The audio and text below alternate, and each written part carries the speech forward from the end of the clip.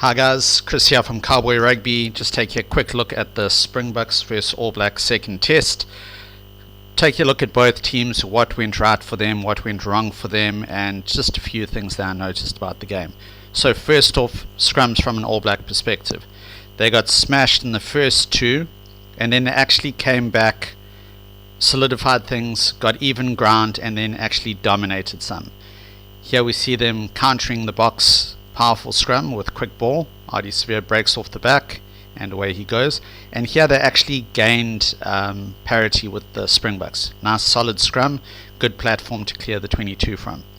Here it's Springbok feed and they absolutely monster the Springboks. Forces Visa to pick up and run and he gets turned over. Penalty for the All Blacks. Springboks lineouts were an absolute dog show.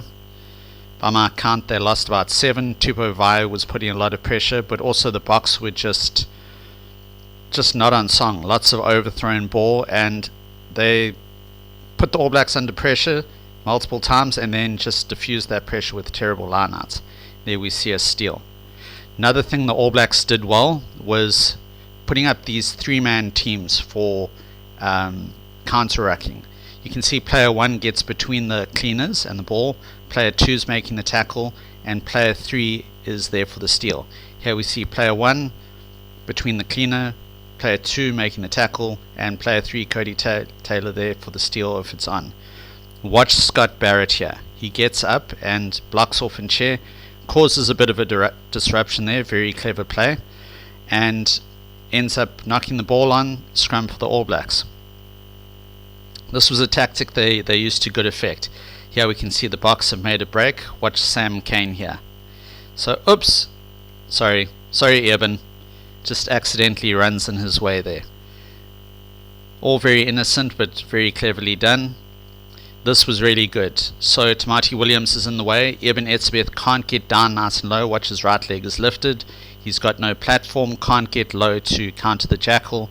Turnover and penalty for the All Blacks. Here's Ulrich Low. Watch Luke Jacobson here.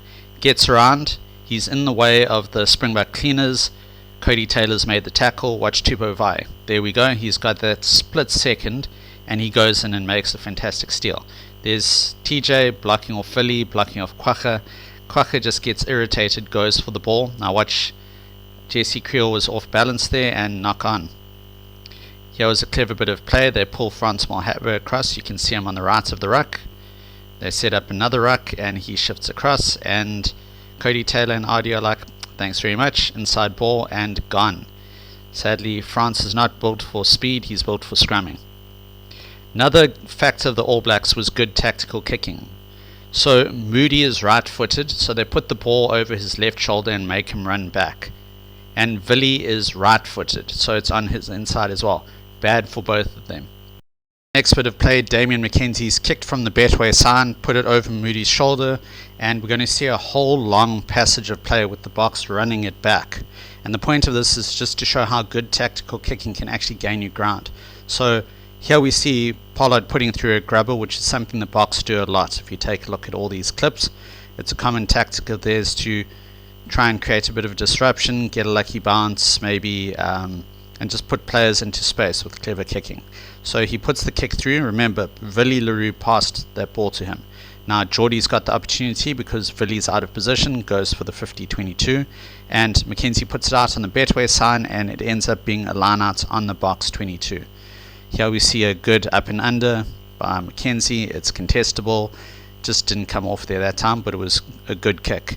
Here's Jordan kicking from 5 meters short of his 10, puts it onto De Allendy over his shoulder, so he passes to Pollard, and Talia drops the ball, but look here, if he'd caught it, he would have caught it 10 meters upfield from where Jordan kicked it. Then he would have had another 10 meters at least to run the ball back because the Boks had dropped back there, so there was space. Here are a few clips showing what happened, what went wrong for the All Blacks. So knock on there, bad line out.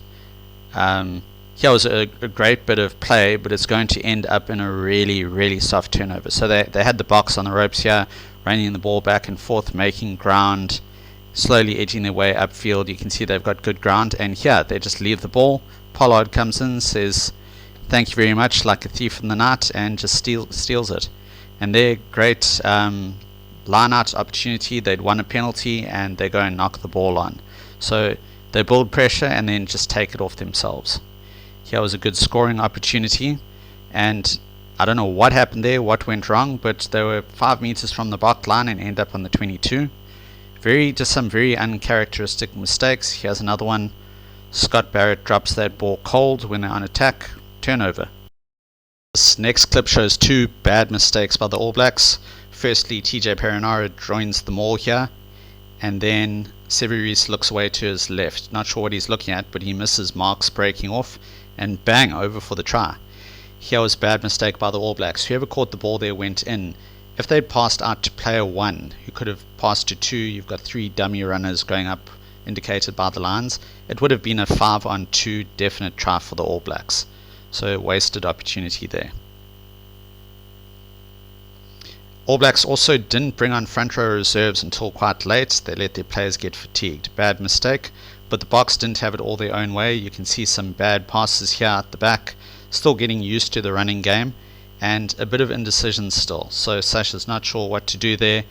If he'd passed the ball out to Willie there, indicated by the number 1, it would have been a 4-on-2 opportunity. They could have just done hands and gone around. I did mention the line-out woes of the Boks, and also a bit of a lack of patience when they're in scoring opportunities.